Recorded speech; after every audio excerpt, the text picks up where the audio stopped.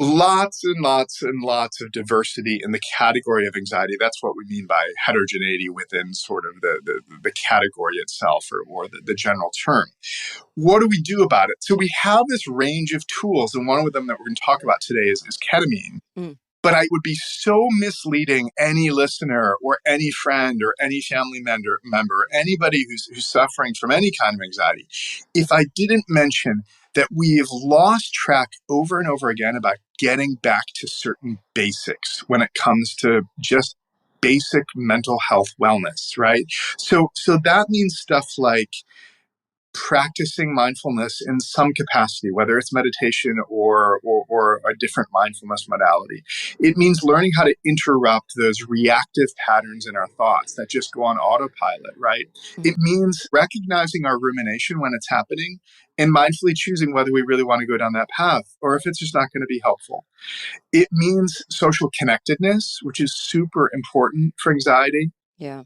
As a side note, there's a distribution that's gender specific in a certain kind of anxiety disorder, in which, although the cultural stereotype is that women, the assumption is women suffer from it more than men, it's actually the exact opposite.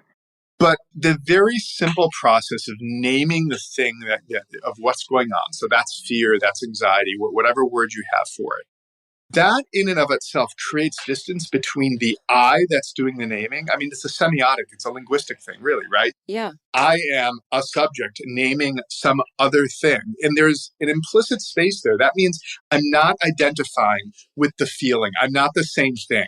Because I can step away and say, here, this observer person is pointing to that thing there that is separate. Okay.